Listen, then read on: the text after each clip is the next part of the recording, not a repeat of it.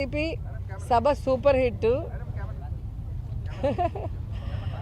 వైఎస్ఆర్సీపీ సభలు super hit. Telugu Desam party Janasena meetings ఫట్ అని ఆయనే చెప్పారు సిబిఎన్ గారు. మీరు విన్నారా లేదా నాకు అర్థం కావట్లేదు. సో ప్రజలు స్పష్టంగా ఉన్నారు. ఎవరైతే వాళ్ళకి అభివృద్ధి సంక్షేమాన్ని అందిస్తారో మళ్ళీ వాళ్ళే అధికారంలోకి రావాలని కోరుకుంటారు. ఈరోజు మేనిఫెస్టోని తమ వెబ్సైట్లో నుంచి తీసేసి చంద్రబాబు నాయుడు కనీసం ఇచ్చిన ఒక వాగ్దానాన్ని కూడా నెరవేర్చకపోవడం ఈ రాష్ట్ర ప్రజలు గమనించారు. అదే జగన్మోహన్ రెడ్డి గారు అధికారంలోకి వచ్చాక ఇచ్చిన మేనిఫెస్టోని 99% ఇప్పటికే పూర్తి చేసి అందరి చేత ఆశీర్వదింపబడుతున్నారనేది జగమెరిగిన సత్యం. మీరు ఏ వార్డులోకైనా ఏ విలేజ్కి వెళ్ళినా కూడా అర్హుడైన వాడు ఏ పార్టీ వాడైనా ఏ కులం వాడైనా ఏ మతం వాడైనా వారికి అన్ని సంక్షేమం అభివృద్ధి అందుతుందా లేదా అనేది మీరు వెరిఫై చేస్తే మీకే అర్థమైపోతుంది.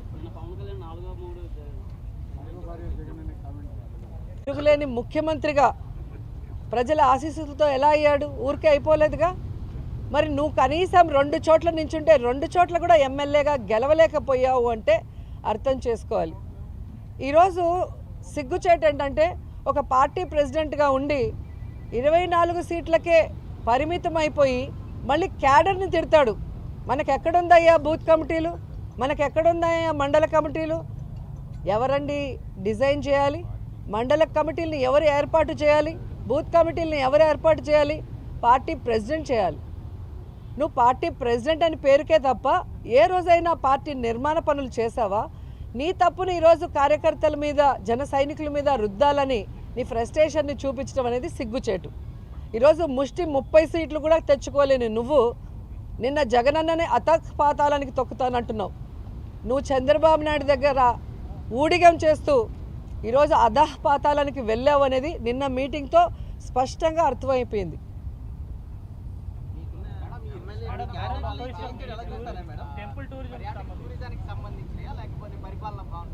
ఏదండి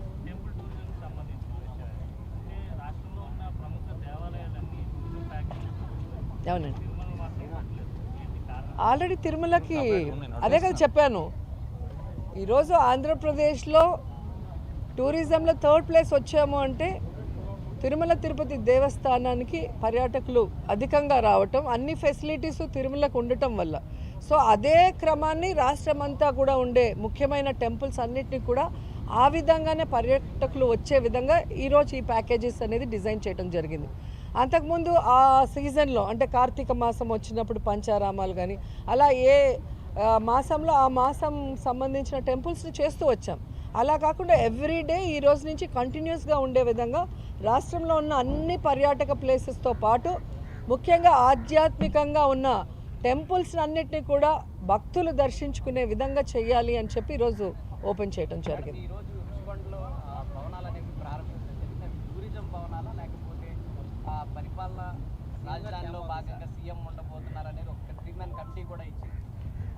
ఈరోజు ఋషికొండలో ఆల్రెడీ హరిత రిసార్ట్స్ అని చాలా పాతవి ఉండేవి. వాటి ప్లేస్లో అత్యంత ఆధునీకరించి ఈరోజు వరల్డ్ క్లాస్ లెవెల్ అని చెప్పచ్చు. ఈరోజు 7 బిల్డింగ్స్ని నిర్మించడం జరిగింది. అండ్ చాలా శుభదినం ఈరోజు. మంచి టైంలో దాన్ని గృహప్రవేశం కూడా చేయటం జరిగింది. యాక్చువల్గా టూరిజం కోసం అన్ని పర్మిషన్స్ తీసుకొని చాలా అద్భుతంగా 7 భవనాల్ని నిర్మించడం జరిగింది. కానీ ఈ మధ్య 3 మెన్ కమిటీ ముఖ్యమంత్రి గారు వస్తే మరి పార్టీ కార్యాలయంగా ఎక్కడ ఉంటే బాగుంటుంది అంటే ప్రభుత్వంలో భాగమే ముఖ్యమంత్రి అంటే, పర్సనల్గా కాదు కదా. సో ముఖ్యమంత్రి గారు ఎక్కడుంటే బాగుంటుంది, ఎక్కడి నుంచి పరిపాలిస్తే బాగుంటుంది అన్న క్రమంలో 3 మెన్ కమిటీ వైజాగ్లో ఉన్న అన్ని ప్రదేశాలని కూడా సందర్శించారు. దాంట్లో ఇక్కడ ఉంటే బాగుంటుంది అని రిషికొండని ఫైనలైజ్ చేయడం జరిగింది. సో ఇప్పుడు జగన్మోహన్ రెడ్డి గారు డెసిషన్ తీసుకోవాలి, అక్కడి నుంచి పరిపాలించాలా లేదా వేరే ప్లేస్ నుంచాలి. జగన్మోహన్ రెడ్డి గారు అది డిసైడ్ చేస్తే ఇక్కడి నుంచి చేస్తే బాగుంటుంది అని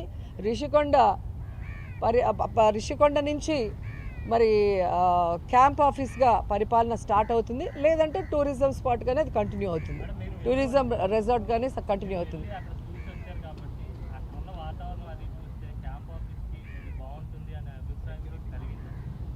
అది మీరు చూసి చెప్పాలి. మీకు ఇస్తారు కదా విజువల్స్ చూసి చెప్పండి. ఎందుకంటే ప్రెస్ వాళ్ళు ప్రతిపక్షాలతో చేరి ఎంత కాంట్రవర్సీ చేశారో మీ అందరికీ తెలుసు. అంత కాంట్రవర్సీ చేయాల్సిన అవసరం కూడా లేదు. సో అందుకే మీకు విజువల్స్ వస్తాయి, మీరు చూడండి, చూసి మీరు డిసైడ్ అవ్వండి.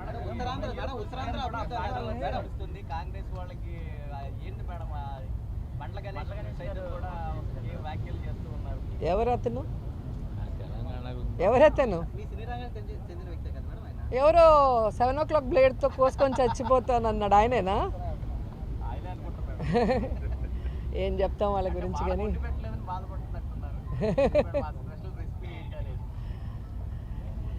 ఈరోజు ఒక మహిళ సక్సెస్ఫుల్గా ఉంటే, కష్టపడి పైకి వస్తే, స్ట్రాంగ్గా ప్రతిపక్షాలు చేసే తప్పుల్ని ఎత్తి చూపిస్తే ఇలా నీచంగా మాట్లాడటం, వల్గర్గా మాట్లాడటం తెలుగుదేశానికి జనసేనకి వెన్నతో పెట్టిన విద్య. సో మహిళలు అందుకే వాళ్ళని అసహించుకున్నారు అనేది కూడా మీరు గమనించాల్సిన విషయం.